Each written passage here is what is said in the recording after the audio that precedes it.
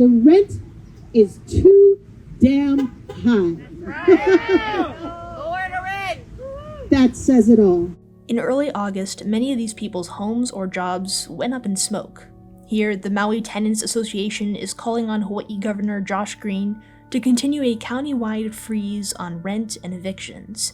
The government's official response came hours before the previous emergency proclamation was slated to end.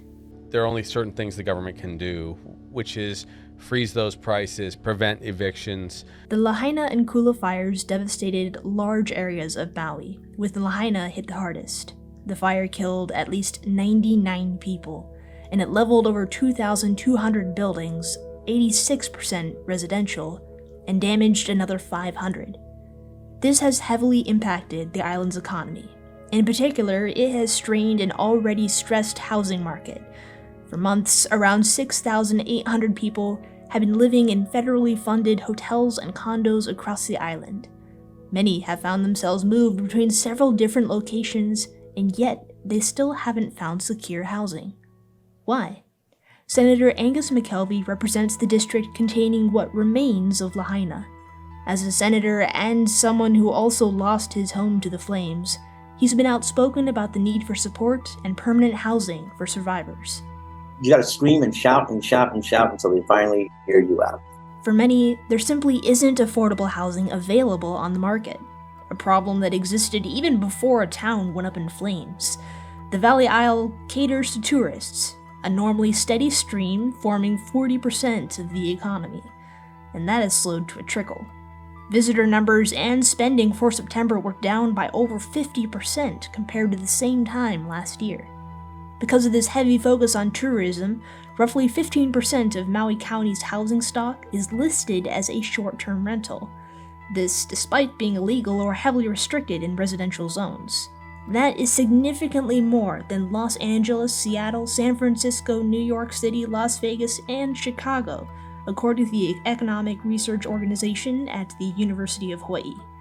In Lahaina zip code, a destination spot within the island, 40% of residential buildings were short-term rentals. Uhero also found that across the county, only about 18% of residentially zoned land allows for multifamily housing. This area is key for building affordable homes. Some are pushing for the rebuilt Lahaina to be rezoned to include cheaper, more affordable housing. But as McKelvey says, it's a balance between retaining the character and history of the town and ensuring locals can afford to live there.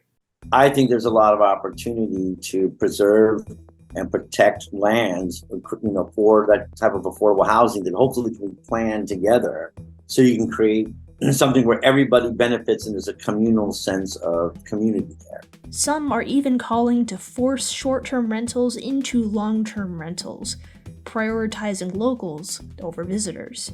Those properties alone can easily house everybody that has been displaced by the fire. Yeah. Pull those permits. Yeah. Do away with short-term rentals now. I absolutely agree. And again, because of the emergency situation, it requires government to take these kinds of steps. There should be no short-term rentals in the area, and they should be long-term rentals only. McKelvey applauded a recent mortgage moratorium from the Federal Housing Administration, which lasts until May of 2024. So it is good news, but more needs to be done. But it's an important development in getting that bar on FHA notes. While small town, Lahaina was culturally and economically significant. The old Hawaiian capital's 700 businesses made up 16% of all establishments on the island. Most had been destroyed, damaged, or made inaccessible due to the hazardous waste caused by the fire. The loss of those jobs has led to a marked increase in unemployment, which rose to 4.1% from its pre-fire 2.6%. In the month after the fires, about 11% of those previously employed in the county filed for unemployment.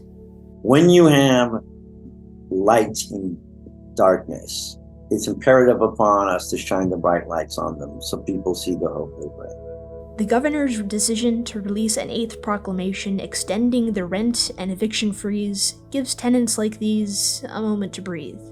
But the road to recovery is long for the people of Maui.